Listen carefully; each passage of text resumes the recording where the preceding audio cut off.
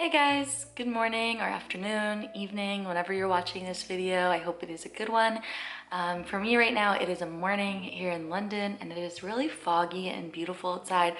It has a very witchy vibe going on right now this morning, and it just seemed like the absolute perfect time to do a deck walkthrough of this brand new deck that I just received in the mail yesterday. It is the Cosmic Slumber Tarot, as I'm sure you can imagine based on the title of this video, and I'm going to be doing a little walkthrough of this one. It's by Tilly Walton and it's published by Liminal. I purchased this deck myself on pre-order and I'm really excited to have received it. It came with this little catalog from Liminal with some of their other works coming up, which I think they normally send this, and also 2 stickers with the publisher's name on it as well. So got some branding in the box.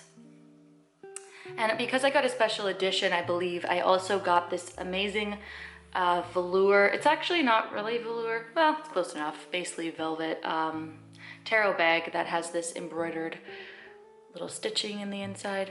It's really gorgeous. I absolutely adore the color. It definitely gives me Modern Witch vibes though, which is also a deck created by Liminal. Oh, I was gonna show you my Modern Witch, but it's kind of far away, so I won't, but I'm sure you've seen it. But it's definitely very similar in color. And actually, because I say that, I will also mention that the reason I purchased this deck is because the Modern Witch Tarot is absolutely one of my favorite decks. And when I saw this one, I thought that it really gave me kind of that Modern Witch vibe with the colors and everything in the deck.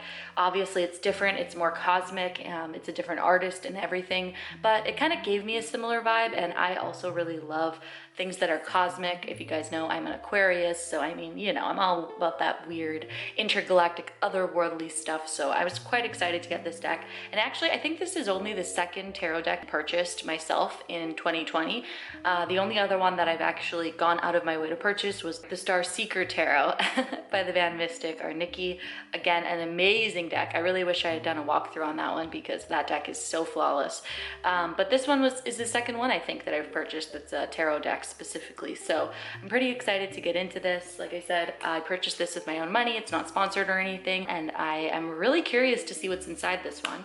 So as we open up the bottom of the box, we get this kind of a slip out edition of a box. Really sturdy, nice box.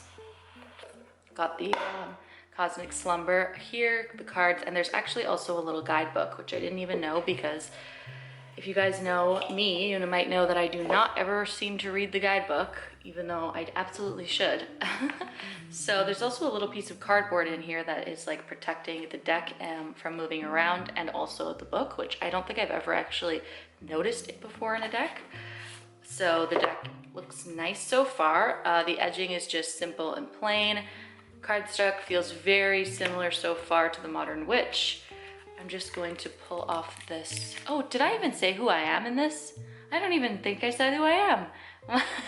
I'm Reed from Emerald Lotus Divination, where I share free weekly tarot resources for you guys. And I don't even think that I've said my name yet. So hi, welcome if you're new here.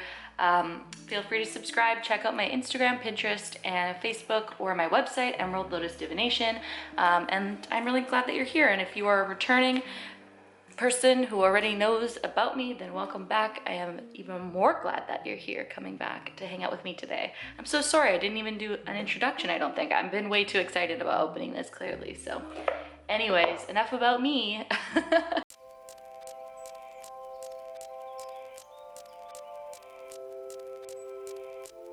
So as I said, this really does give me Modern Witch feel. It's very, very shiny, slippery deck. I'm really excited to get into it, but first I'm just gonna take a look at the extras that come in the box here. This is always what I like to do when I unbox. So this little piece of cardboard, I'm starting to think I'm not supposed to take it out. Maybe I am, I don't know. Okay, so it was glued in to my box and it ripped off some of the detail in the box because it was glued in. So I really don't understand this piece of cardboard. Seems kind of useless. I feel like I would have been okay with the cards just banging around a little bit in the box, or I don't know why they didn't just make the book a little bit smaller so that it all would have fit in together.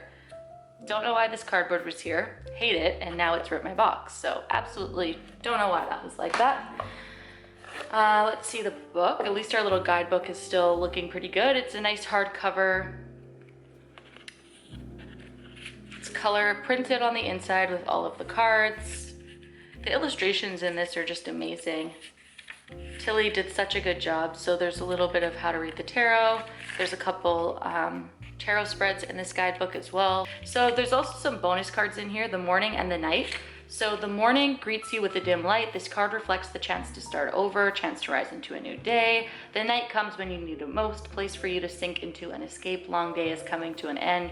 Night allows you to extend it. So they've added 2 bonus cards into this deck. I love when people add bonus cards. I'm a sucker for it. I think it's really cool. Cool cards. Like I said, the cardstock, it's actually, I think, potentially a little bit thinner than the Modern Witch. It does not feel too high quality. I feel like it's going to get bent out of shape very, very quickly. Definitely not one of my favorite cardstocks. It does feel really cheap. And like even just after bending it like that, you can see that it's already bent quite a bit. And I did it for 1 second. So I can imagine that after, if you're doing some bridge style shuffling with your deck or using it quite a bit, it's going to definitely bend. The cardstock has much to be desired in my opinion. There's also a pretty strong border, which I know some people like, some people don't like, so that's more of a personal preference thing. So now let's get into kind of looking through some of these cards. So we'll go through the major arcana first. So the Fool is actually walking off in this depiction and the sidekick dog is pulling them back. So they're almost being held back from their journey in a sense, but they're also being very carefree. The Magus. I really like this depiction actually. It's really quite nice. I love how they have all of the different suits hanging above the magician. Gives me very Jesus energy with this light behind their head and like the rose thorns as well, which I really like because the Jesus archetype, of course, is very much about the creation of things. The High Priestess is our next card. So we've got some pomegranates hanging above. We've got a doorway opening to her soul. Her eyes are covered. A lot of the traditional symbology as well, but it's kind of tucked away into the different elements. There's no B and J like in the typical Rider-Waite on the pillars, but it's still true, very similar. Oh, I love this one. I feel like this is one of the cards that I saw actually that made me want to purchase the deck, the Empress. Really, really beautiful. She's being covered by water as well. The Emperor. Very interesting card choice here. Definitely have incorporated the ram, but instead it's actually his mask, which I actually really quite like. I like the fact that the Emperor is wearing a mask. I think that's really indicative of the Emperor energy. I love that actually. The Hierophant, I hear people say it both ways. Really cool. Love how people are looking up for advice, and the advice is actually seemingly coming from one of their lower chakra points, which is really interesting because the card itself relates to security and kind of our traditional understanding of the world, which would be which would be considered the lower chakras. So I actually really love that. Oh, the Lovers. This is beautiful. I love the colors of this one. We've got some angel wings. We've got a lot of hidden imagery of the little lovers together. I love that. Really beautiful. I love how it also doesn't play too much into the fact that it has to be the 2 people or the duality of the 2. I like how it's all kind of within one. I don't know. I really appreciate that. I love the colors of this deck. It's really, really beautiful. Now we've got the Chariot, which is my birth card. So I'm always curious to see the depictions of the chariots. Lots of reds. Got the lions guiding. Strength card. Strength is often one of my favorites in the deck. Lots of reds in this deck, which I really actually love, the pinks and reds. Hermit, amazing. I love this one so much. Black cat standing. I love it. This is amazing. Got the Wheel of Fortune. It's actually a very simple Wheel of Fortune comparatively to a lot of other ones that carry a lot of small symbolism. This one is a lot more plain, but I actually really quite like that. This is a nice change. They still have some of the traditional Rider-Waite symbols as well in there, but Justice, which is very interesting, this one.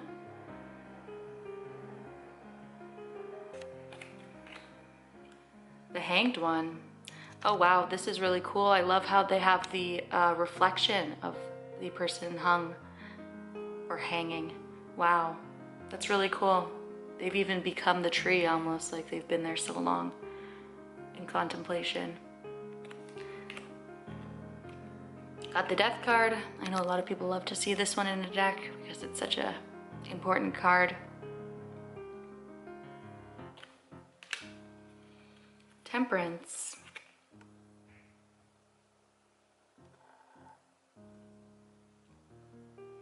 I like that a lot. Balance, slowing down on the path, taking a break. It's different and I like it.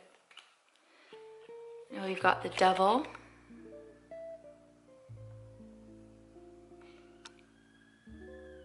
Really cool, this one.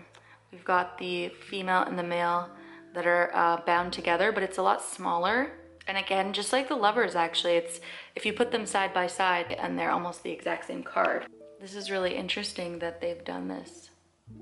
So very similar cards. I really actually love that. Very curious. The duality, so that's really cool. We've got the Tower. Some people's favorite, some people's worst nightmare.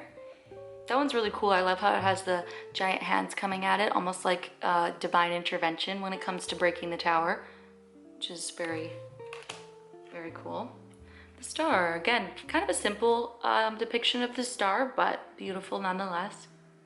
Nice and soft. I love the blues here. It's a change from a lot of the other cards in the deck.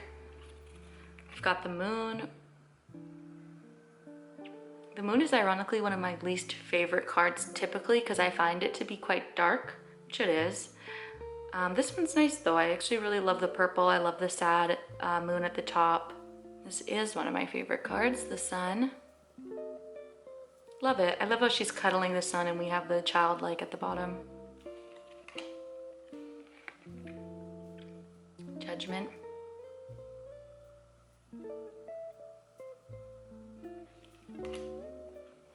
The Universe. It's definitely the oneness with all the vines. Got some of the traditional symbology in the corners. Now we're going on to the Minor Arcana. We've got the Two of Torches. So the torches are wands in this deck, I'm assuming. Or sorry, I said two. I meant to say ace. I don't know why I just jumped past ace here. This one's cool. I love how it's actually carrying them onto a new plateau. That's really interesting. Love that, actually. I like the fact that it's torches. I don't know if there's any other decks that have torches as wands. I'm sure, but I don't actually know any. Here's the two options.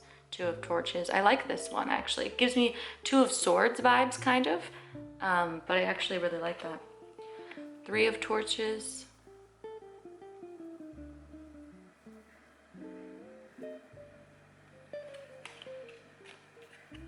Four of Torches. Very simple. What are some of your favorite cards to see in the deck? I'm really curious to know. I know everyone has such different ones.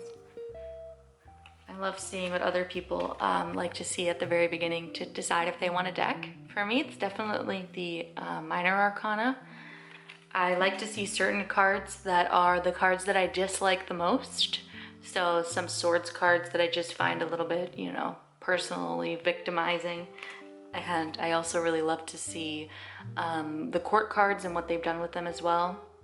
I'm always curious to see what they've dubbed the suits. So the Wands, Swords, Cups, and Pentacles. I like to see what they've called them and if I resonate with them. I actually didn't even remember that they named them torches. I don't even think I did actually do my research on this one. But I love it. I love the torch. Also, the torches that they've drawn really look like matches, which I think definitely makes sense when it comes to wands because it's like sparking a match. 10 of Torches is cute. I love how they're quite confident in walking. It's not as stressful as some of the other ones. I like that. Okay, so now we've got our Princess of Torches. Look at her go. She has a lot of energy. Prince of Torches, riding a cat. That cat is so funny. Look at its face. That's so funny. I love that. It's almost like they haven't even really prepared for the journey. They've just kind of grabbed the first familiar or animal that they've seen and decided like, we're doing this. And the cat is like, what are we doing? I love that. Then we've got the Queen of Torches, very strong energy, of course. It's simple, all of these court cards, but they do still speak, I think. And the King. Now we're getting into the Cups. Ace of Cups. So clearly we're going to probably see a theme with all the aces where it's kind of someone smaller that's being guided somewhere new by some sort of different hand or energy. Two of Cups. This is beautiful.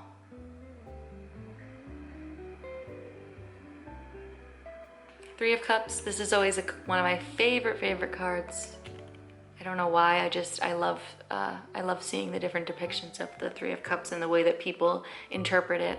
This one's really nice. It looks quite ritualistic rather than party, but I still get the party feel. Four of Cups. Beautiful with all the mess flying around and the cups feeling empty or leaving the cups. Five of Cups.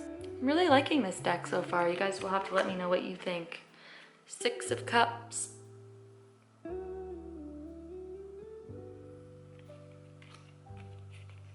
Seven. This is a different depiction for sure. Definitely doesn't give me normal Seven of Cups vibes. We lost a lot of the popular symbology, but it's still interesting. So they're kind of in the water with these empty cups. They don't seem very concerned about the cups though, or they don't also seem like they're thinking about them or considering them at all, which is interesting. I'll have to read the book on that one. Eight of Cups.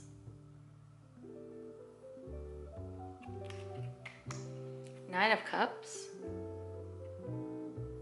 Again, different symbology in a lot of these cards. Some of them are very unique, I gotta say.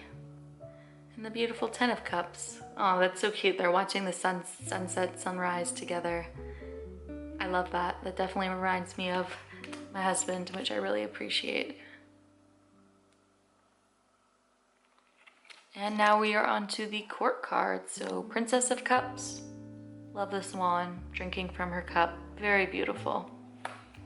The Prince of Cups. Oh, this one's fun. This one gives me Studio Ghibli energy for some reason, if anyone has seen those movies.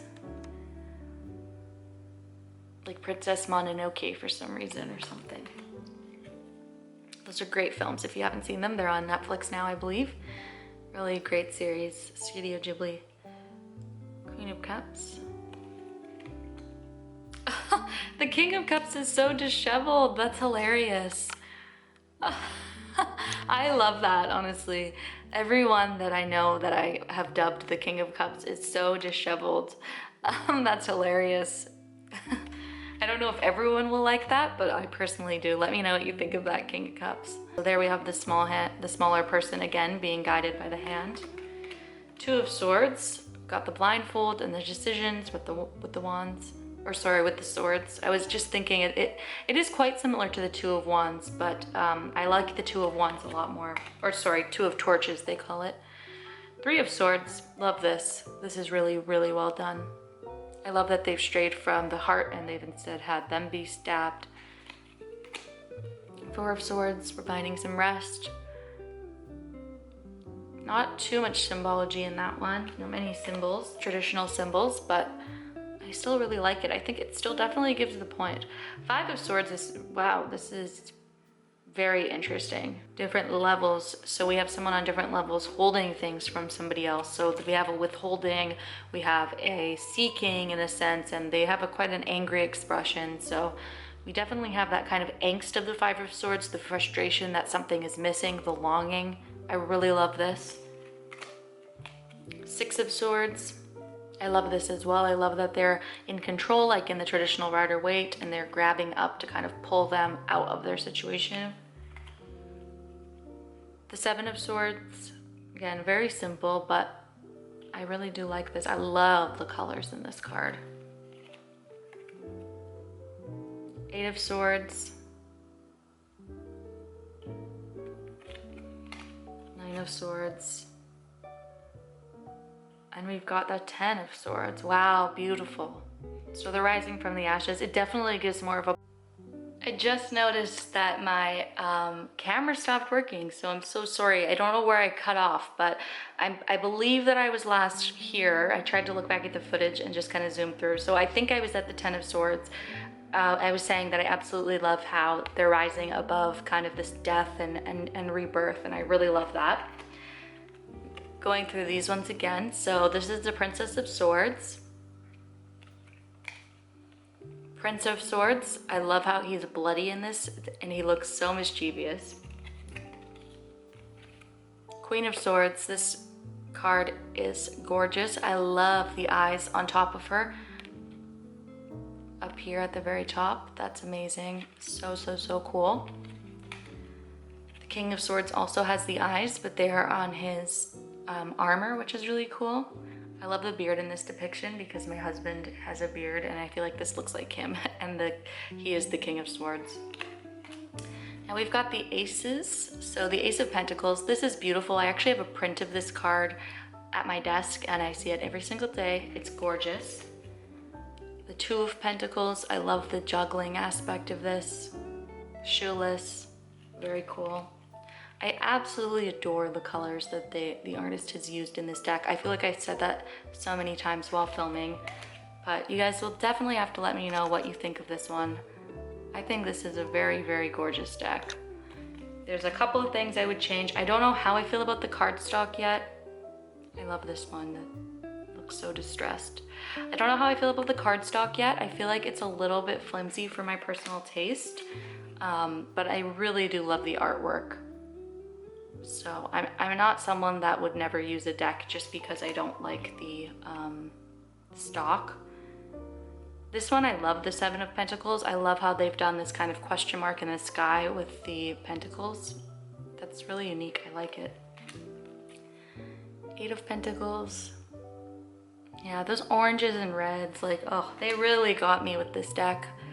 I mean, truly, I feel like this is going to be one that I use every single day, at least for the next while. And the Ten of Pentacles, this one is beautiful. I love how it's like the end of life. So fitting. And now for some of my favorites, the court cards of the Pentacles. So we have the Princess here. This is beautiful. Oh, the colors in this.